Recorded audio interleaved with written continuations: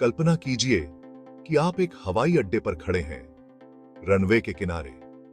आप एक विशाल हवाई जहाज को उड़ान भरते हुए देख रहे हैं और सोचते हैं, इतनी भारी वस्तु कैसे उड़ सकती है और आकाश में उड़ सकती है?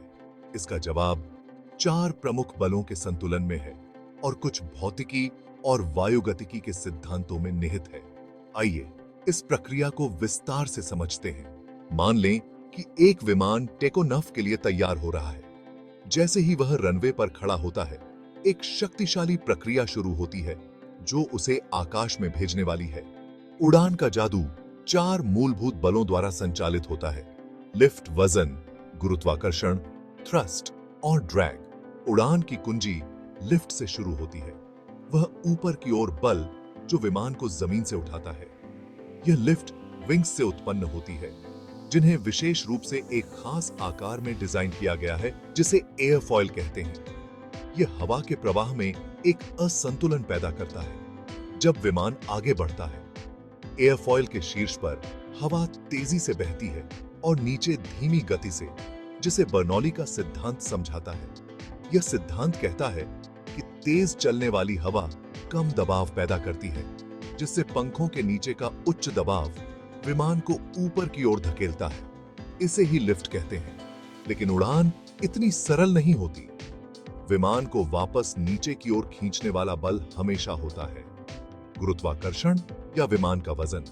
आधुनिक विमान हल्की सामग्री से बनाए जाते हैं, फिर भी उनका कुल वजन सैकड़ों टन हो सकता है। चुनौती यह है कि पंखों द्वारा उत्पन्न लिफ्ट को विमान के वजन को संतुलित करना होता है ताकि वह उड़ान भर सके। अब आता है थ्रस्ट, वह बल जो विमान को आगे बढ़ाता है। अधिकांश विमानों में यह बल जेट इंजन या प्रोपेलर से उत्पन्न होता है। इंजन हवा को खींचता है, उसे ईंधन के साथ मिलाता है और इसे जलाकर एक शक्तिशाली ऊर्जा उत्पन्न करता है, जिससे विमान आगे बढ़ता है। जब विमान रनवे पर गति पकड़ता है, तब पंख हवा में कटने लगते हैं और लिफ्ट उत्पन्न होती है। जितनी तेजी से विमान आगे बढ़ता है, उतनी ही ज्यादा लिफ्ट उत्पन्न होती है। जब लिफ्ट विमान के वजन से ज्यादा हो जाती है, तब विमान आसमान में उठ जाता है। लेकिन थ्रस्ट का भी एक प्रतिद्वंद्वी होता है: ड्रैग। जब विमान हवा के माध्यम से आगे बढ़ता है, तो वायु प्रतिरोध और घर्षण उसे धीमा करने की कोशिश करते हैं। यह प्रतिरोध ड्रैग कहलाता है। जितनी तेजी से विमान आगे बढ़ता है, उतनी ही ज्यादा ड्रैग होती है।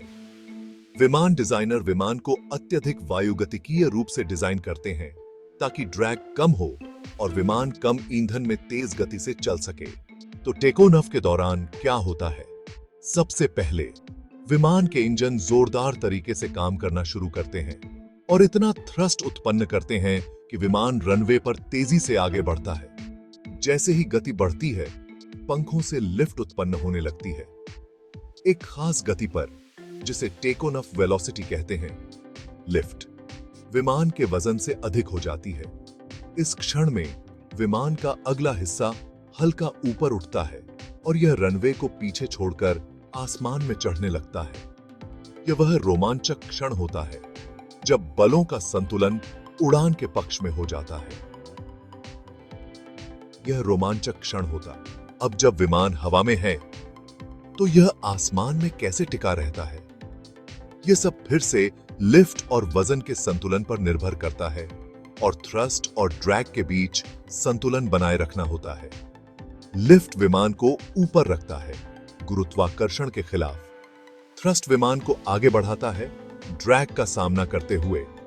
पायलट विभिन्न नियंत्रणों का उपयोग करके इन बलों को संचालित करता है, जैसे कि थ्रॉटल थ्रस्ट बढ़ाने के लिए, फ्लैप्स विंग्स के लिए अधिक या कम लिफ्ट के लिए, और रडर विमान को मोड़ने के लिए। विमान को थी, जब विमान को लैंड करना होता है, तब पायलट को विमान की गति को कम करना पड़ता है।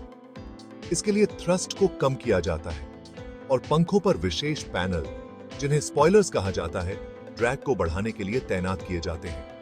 जैसे ही विमान रनवे के करीब पहुंचता है, पायलट धीरे धीरे विमान को जमीन पर लाता है और टेकोनफ की तरह बलों को संतुलित करता है। रनवे पर उतरने के बाद इंजन रिवर्स थ्रस्ट में जाते हैं, जिससे विमान को धीमा करने में मदद मिलती है।